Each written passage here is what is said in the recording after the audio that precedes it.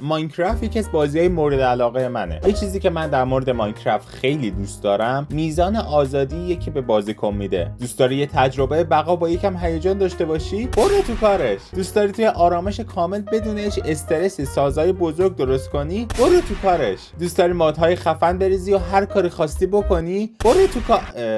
نه دیگه پرونه. اما جالبیش اینه که این آزادی کامل رو فقط توی فضای بازی نداری، بلکه روی خود اسکین کاراکترت هم داری. از اسکینت خوشت نمیاد میتونی بری تو گوگل و کلی اسکین از قبل طراحی شده دانلود کنی، یا اینکه میتونی خودت یه اسکین طراحی کنی، مثل اسکین من که خودم طراحیش کردم.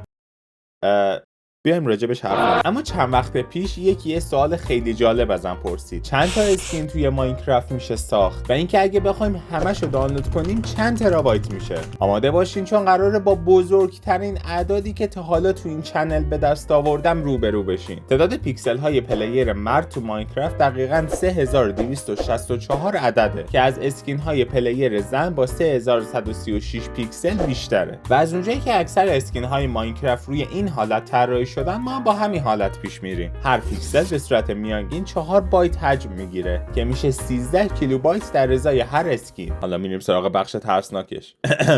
رنگ. اسکین وانیلای ماینکرافت از رنگ‌های 24 بیتی RGB استفاده میکنه که یعنی تعداد رنگ‌هایی که میتونی جای هر پیکسل یه اسکین بذاری برابر با 16.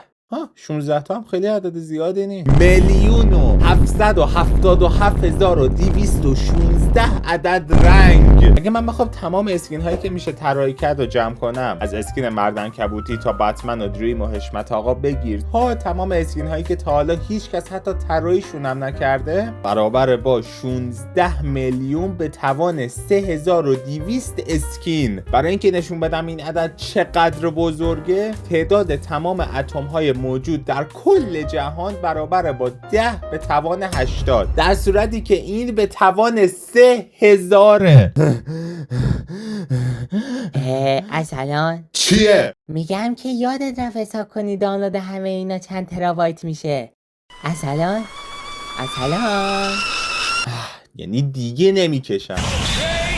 برای حساب کردن حجم این میزان اسکین فقط کافیه تعداد اسکین ها رو ضرب در 13 کیلوبایت بکنی که میشه 37 ضرب در 10 به توان 23573 ترابایت، یعنی 37 با 23000 تا صفر.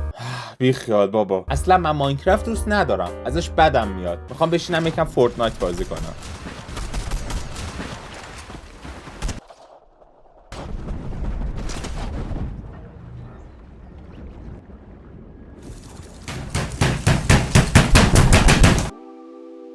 اگه سوالای عجیب علمی دارین حتما تو کامنت بنویسید تا یه ویدیو ازش درست کنم و جوابتون رو بدم. سابسکرایب هم یادتون نره. بای بای.